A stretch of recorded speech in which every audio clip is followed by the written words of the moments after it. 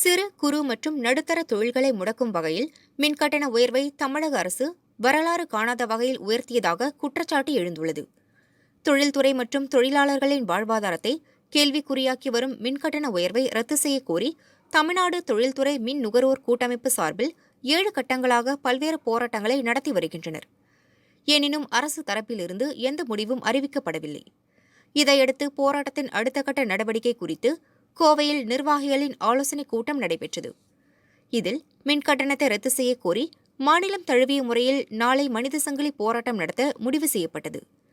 இதுகுறித்து தலைமை ஒருங்கிணைப்பாளர்கள் ஜேம்ஸ், ஜெயபால் ஆகியோர் செய்தியாளர்களை சந்தித்தனர்.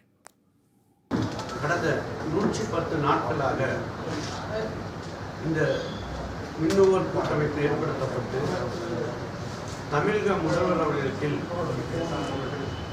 அவர் கவனத்தை ஈர்ப்பதற்காக கிட்டத்தட்ட 7 கட்ட இயக்கங்களை தமிழ்நாடு முழுவதும் எங்கள் தொழில்துறையினர் நாங்கள் இதுவரைக்கும் நடத்தியிருக்கின்றோம்.